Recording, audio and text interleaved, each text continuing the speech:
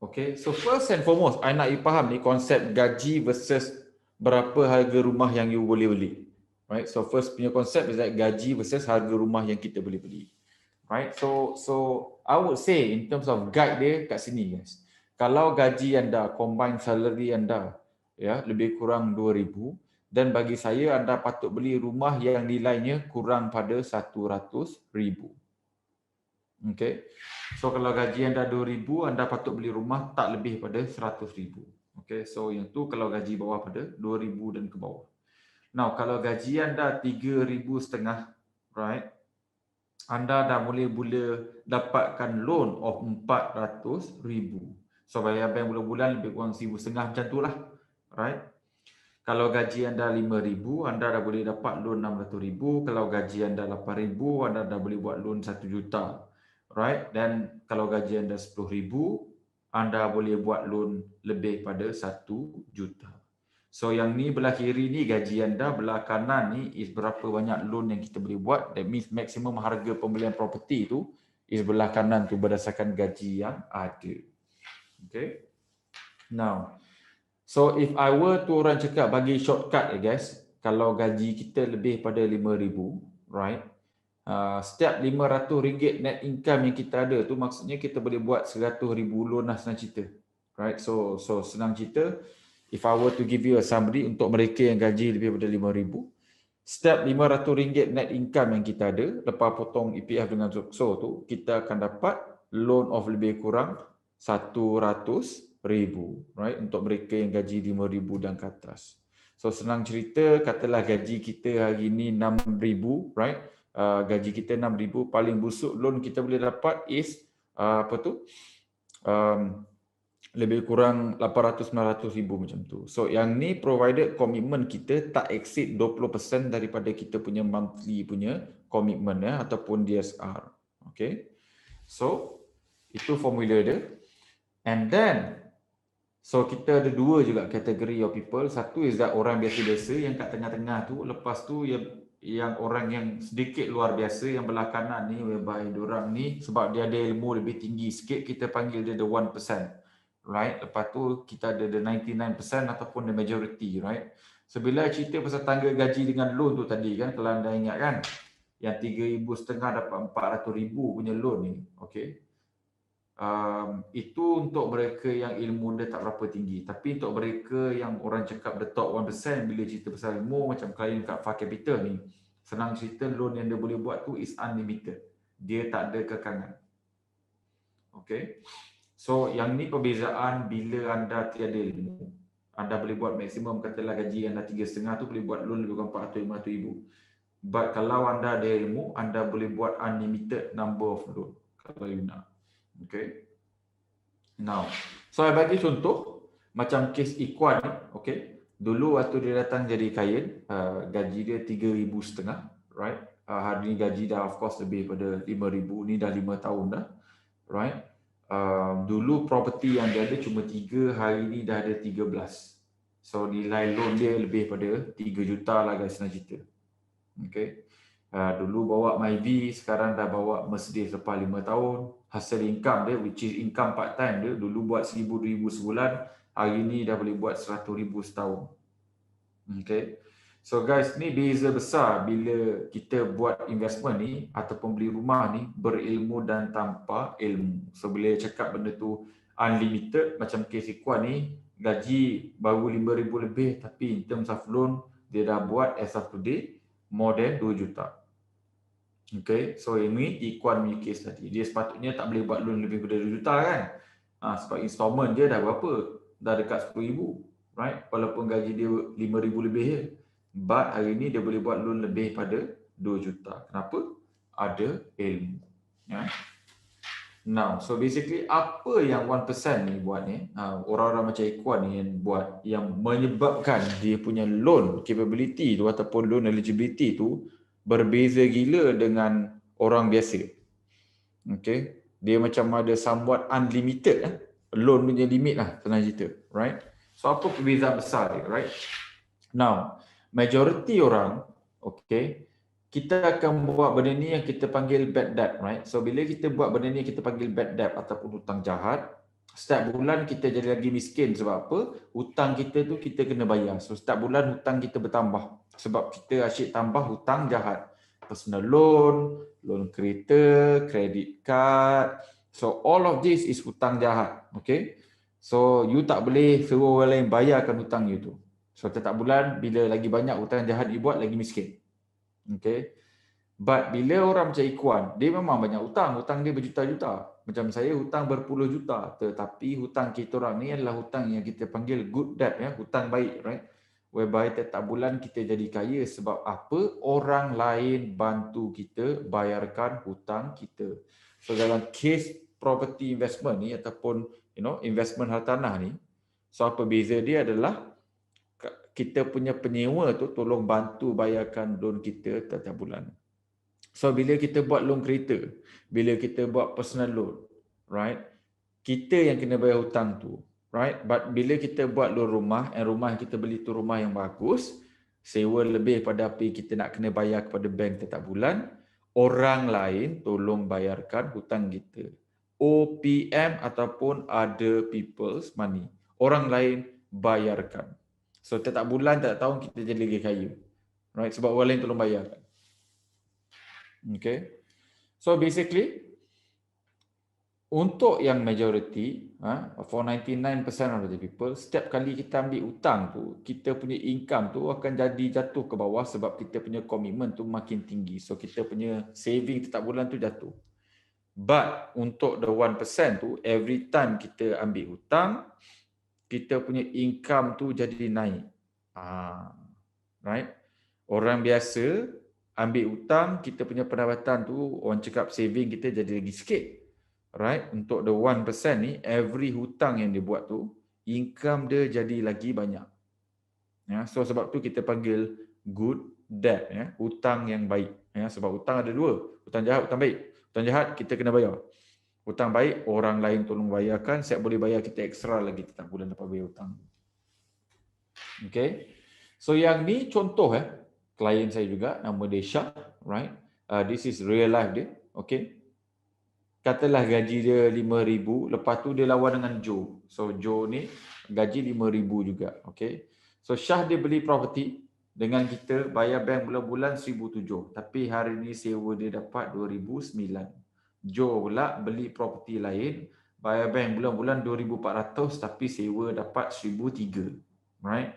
So, Syah bayar bank bulan-bulan 1,700 tapi dapat income 2,900. So, dapat lebih daripada apa yang dia kena bayar kat bank. Joe pula bayar bank 2,400 tapi dapat income sewaan baru 1,300. So, Syah tiap-tiap bulan kekayaan dia naik 1,000. Joe tiap-tiap bulan negatif 1,000. So, ni maksud saya bila kita reti buat hutang baik versus hutang jahat.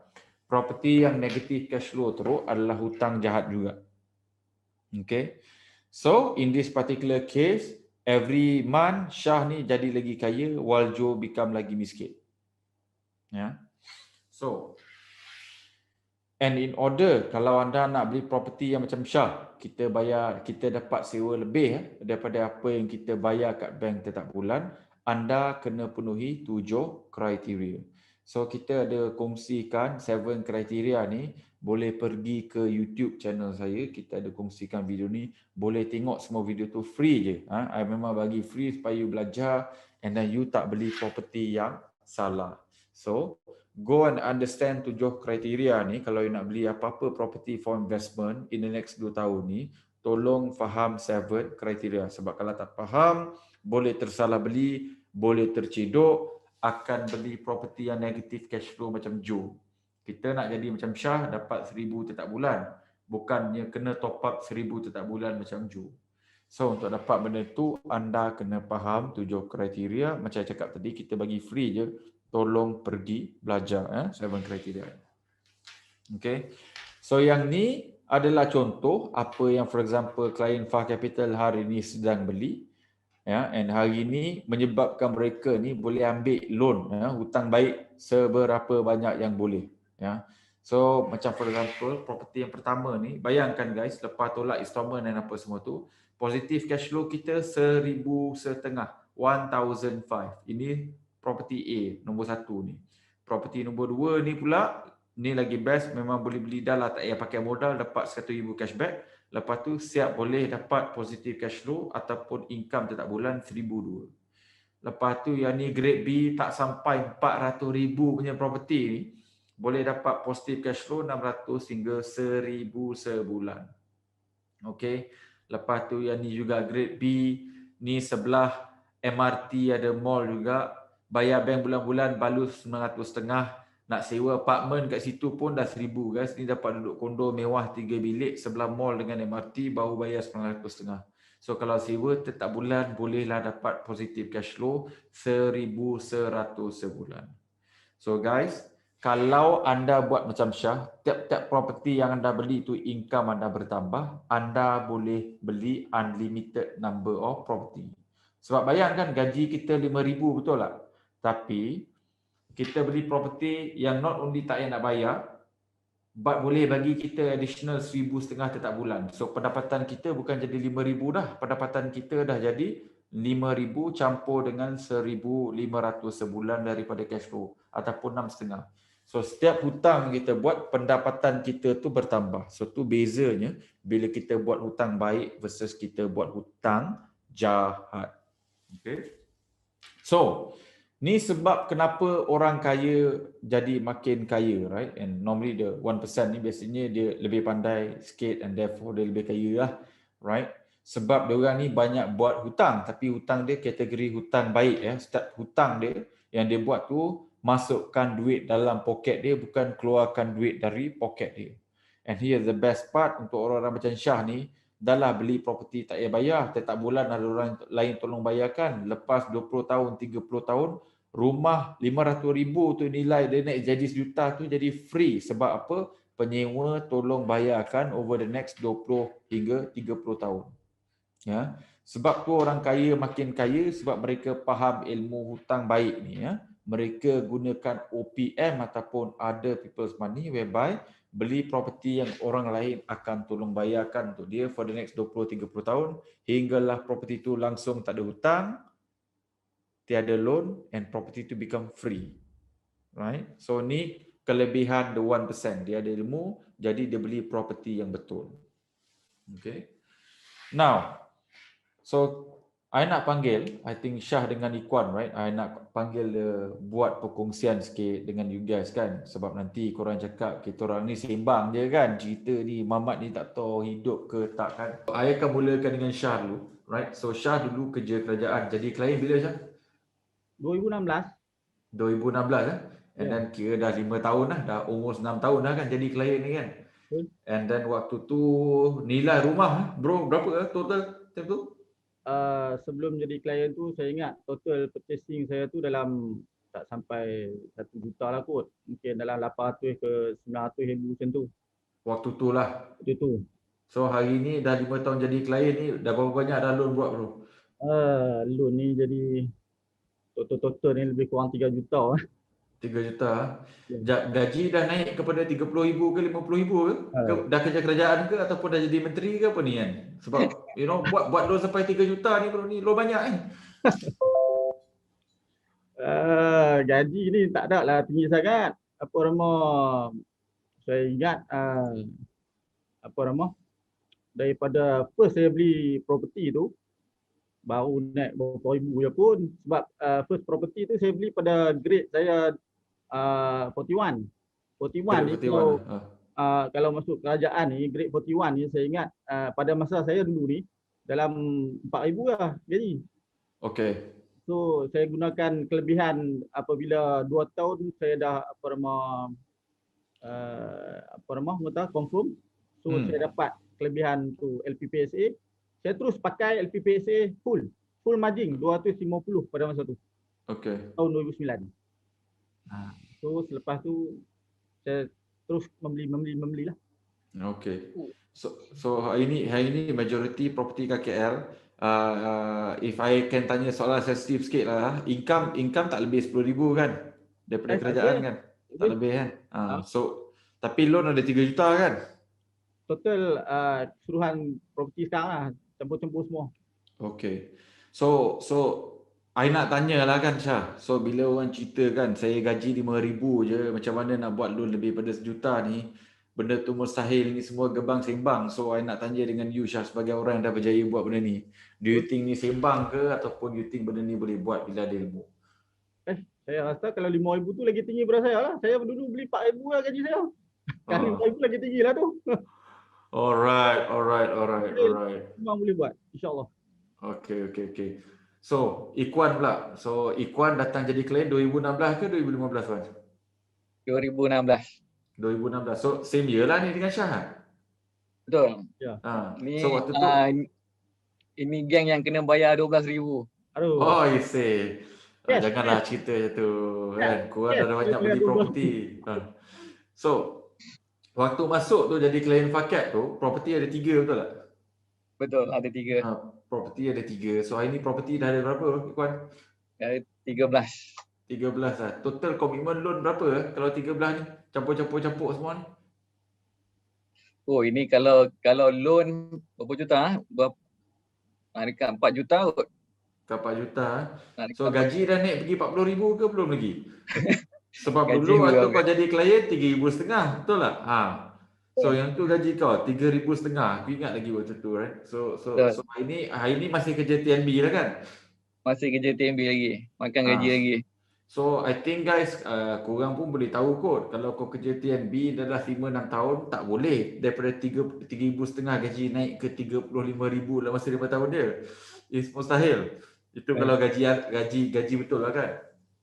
So Wan, macam mana bila orang cakap gaji saya ni baru 4,000, 5,000 tuan, macam mana nak beli property banyak-banyak ni? So apa pesanan yang you ada kepada diorang ni? So bagi saya I think yang the first part tadi tu yang FR cerita tu adalah benda yang paling penting. Benda tu benda simple, basic, tapi benda itulah yang paling penting. Gaji dengan juga kelayakan. So basically benda tu yang I buat at the first place. So komitmen totally memang I jaga, tak ada langsung buat hutang jahat. So basically kalau tengok si Chris hari ni, kalau the whole si Chris record tu memang loan rumah je kan. So all the bad debt tu personal loan ke, kalau dulu only ada credit card pun tak ada kan, cuma ada 1 kereta je. So whatever it is, memang jaga benda tu untuk buat rekod yang baik, untuk buat loan rumah saja. Okay, so tu rahsia dia lah waktu gaji kecil kan, kurangkan komitmen dulu, lepas tu buat loan rumah, right? Betul. Sebab tu dapat sampai ke rumah 13 ni lah. Okay, continue. Then so itu dia punya first trick. So the second trick tu, dah beli rumah tu yang sebenarnya meningkatkan kita punya income tu. So yang itu yang ramai orang yang tak nampak lah, macam mana property boleh naikkan kita punya income di mata bank. So start daripada rumah pertama, kita dah nampak benda tu menjadi. So instead of kita punya payslip tu 3,500, tapi bank dah nampak kita punya income dah sebenarnya 4,500. So kita punya kelayakan tu dah jadi lebih. So the second round, the next year I beli lagi property, I buat the same method, then beli, sewa lagi. After sewa, the third property, just repeat the same method, income daripada 4,500, di mata bank dah jadi 5,000 pula. Then so bila dah 3 tu, method tu dah sama, lepas tu datang dekat Far Capital, kita dah nampak lagi banyak jalan, lagi banyak rumah yang best kita boleh beli. Then all the way kat situ lah, kita terus beli lah. Okay. So guys, I think ada beberapa perkongsian bagi saya menarik yang if I can rumuskan daripada Syah dengan Ikhwan. Diorang ni first and foremost dia tak banyak buat hutang jahat. So therefore, dia tak ada banyak benda yang dia nak kena perbaiki sebelum dia mulakan journey ni. Right? So of course hari ni kita ada ramai klien yang orang cakap dah tersalah buat and dia akan ambil masa 3 bulan, 6 bulan, maybe setahun untuk perbaiki sebelum mereka boleh beli rumah. So bukannya tak boleh beli kalau korang dah buat silap, cuma korang akan perlukan masa untuk perbaiki. Alright? So once korang dah steady, dah okay, orang cakap dah fit and ready tu, then it's not impossible to beli property banyak-banyak asalkan you penuhi kriteria nombor 1, iaitu beli property yang okey, yang whereby nilai sewa kita dapat tu lebih daripada apa yang kita bayar kat bank. Sebab gaji kita 5,000, beli property yang negatif cash flow 2,000, income kita tinggal 3,000 je. But gaji 5,000, beli positif cash flow 1,000, income kita dah jadi 6,000. Makin banyak property yang kita beli, makin tinggi income kita. Right? Sebab tu for example macam Ikuan 2-3 tahun lepas dah boleh tukar daripada Myvi kepada Mercedes, right? So time tu aku rasa dia nak kena investigate lagi kat TNB tu kan. Pakai rasuah ke apa ni kan. Pakai kereta Mercedes kan, buda-buda ni kan. Dah lah merah menyala pula tu kan. Tak low key langsung. So apa tu? But you know, but I'm happy for him. So, I know how hard he works, right? So memang bagi saya deserving lah ya, Syah dengan Ikuan ni. So Ikuan, Syah, any pesanan kepada mereka yang rasa mungkin baru nak bermula kan untuk buat benda ni kan? Just like korang 5-6 tahun lepas, right? Ada apa-apa pesanan tak kepada diorang ni? Yang rasa macam gaji saya tak berapa tinggi, boleh ke tak boleh nak beli rumah 2-3 ketul ni dulu? Right? So Syah, you want to go first? Macam saya cakap lah, first kita kena ada ilmu lah. Kalau kita ada ilmu, walaupun gaji kita tu orang kata apa tak berapa tinggi sangat, kalau dalam 5,000 tu saya ingat memang dah boleh beli pun property ni. Cuma kita kena ada ilmu dan kita kena ada guide yang betul daripada orang yang betul dan kita kena beli property yang betul lah. So result dia akan betul lah. Ulang je proses tu. Ikuan? So for me, kalau mereka yang dah ada matlamat ataupun goal nak go to property investment, just set matlamat tu dengan betul. I think the best I nak share adalah I pegang kepada delay gratification lah. So whatever yang kita ada, income yang kita ada, kita try to jimat, elakkan buat komitmen, avoid to spend kepada benda yang unnecessary. So on delay gratification ni you just set lah. You nak kereta best ni you boleh tunggu kan. Lagi 3-4 tahun akan ada lagi kereta yang best lagi. If you want to go for good holiday, I think London, Paris, New York tu boleh tunggu. Lagi 5 tahun kalau you pergi pun still London and New York yang sama. Then last kalau you want to shopping kan, kalau you ni apa nak raya kan, nak shopping ke apa kan. So just to minimize your spending lah kan. So next year pun ada raya lagi. So kalau this year you boleh saving, you all out something, you buat apa additional to get more income. So in future you can get a better reward lah. Alright. So just to kongsi sikit perkongsian pengalaman sendiri kan. Saya beli kereta pertama waktu umur 28 tahun, waktu tu rumah dah ke 13. Sebelum tu bawa skuter je guys pergi kerja.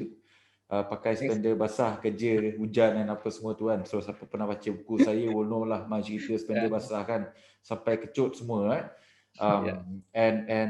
But macam yang Ikuan cakap tu, I cannot agree more. Benda ni delayed gratification guys. So kalau kita nak pakai kereta umur 23 dah pakai kereta, pada datang umur 28, 29 you mungkin pakai kereta yang sama. Tapi orang yang buat delayed gratification macam saya, macam Ikuan sebelum umur 30 dah dapat pakai Continental. So umur saya 28, waktu saya beli kereta pertama, I terus beli BMW. Sebab 10 tahun bersabar kan. Tengok member lain umur 18 dah bawa kereta. I lesen memandu pun tak ada sampai umur 28. Right, so bayangkan punyalah kedekut tu kan. So now dah lama tunggu, cash flow dapat 5,000, bayar bank bulan-bulan, BMW tu tak sampai 2,000. So my BMW become free. Right. So I think game dia tak berapa susah nak faham guys. Kalau kita boleh buat delayed gratification, bukannya lama, 3-5 tahun je. So macam anda dah tengok kan, kes Ikuan, kes Syah ni kan, bukannya lama. Ada lagi klien lain yang 5 tahun dah sampai 20 lebih property. But today, semua kereta kita orang free lah. Travel, I tak cerita lagi macam mana I travel for free. Itu lagi ganas. So yang tu nanti topik for another day lah pula kan. Tapi what I'm trying to say is that korang boleh pakai kereta free, boleh travel for free. Kalau korang, orang cakap boleh buat delayed gratification untuk 3 hingga 5 tahun.